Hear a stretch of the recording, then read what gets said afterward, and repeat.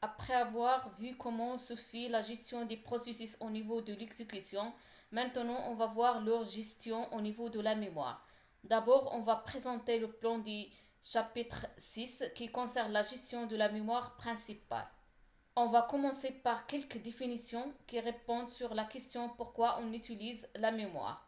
Après ça, on va parler de la notion d'espace d'adressage, puis les deux types d'adresses logiques et physiques.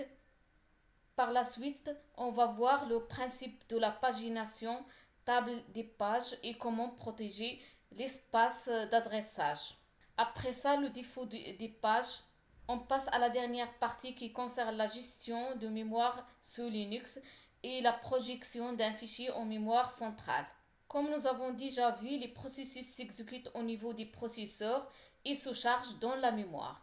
Si le processeur a besoin des informations, il va les chercher dans la mémoire, c'est pas sur le disque, parce que ce dernier sert un support d'archivage aux informations. On va donner un exemple d'un programme écrit en langage C et sauvegardé dans le disque dur. Lors de la compilation, il va générer un fichier exécutable. Les deux fichiers sont toujours stockés au niveau du disque dur.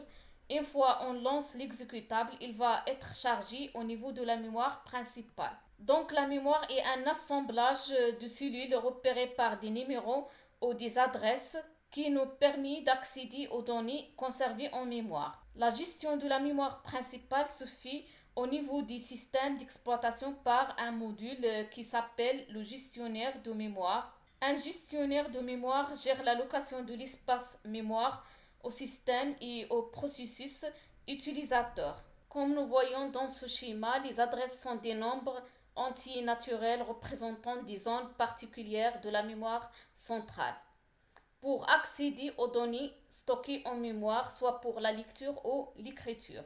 N indique la largeur du bus d'adresse et M représente la largeur du bus de données. Bien sûr, les programmes et les données sont stockés dans la mémoire principale en vue d'être traités par le processeur par un bus qui sert à communiquer entre ces deux dispositifs. L'espace d'adressage d'un processus est un ensemble des adresses auxquelles le processus a accès pour fonctionner. Cet espace d'adressage comprend trois parties essentielles, le code, les données du processus ainsi que sa pile d'exécution. Cet espace d'adressage représente l'ensemble des adresses visibles par le processus qui peuvent être chargées de manière séparée en mémoire. Cet ensemble d'adresses est nommé espace d'adresse logique ou virtuel.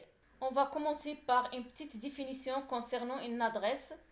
On veut dire qu'une adresse permet d'identifier de manière unique un emplacement dans la mémoire. On distingue deux types d'adresses mémoire dans un système, l'adresse logique et l'adresse physique. L'adresse logique est manipulée par un processeur pendant l'exécution d'un programme parce qu'il ne connaît que l'adresse logique. Donc l'espace d'adressage logique au virtuel est donc un ensemble d'adresses générées par un programme. Bien sûr, l'adresse logique est virtuelle car elle n'existe pas physiquement.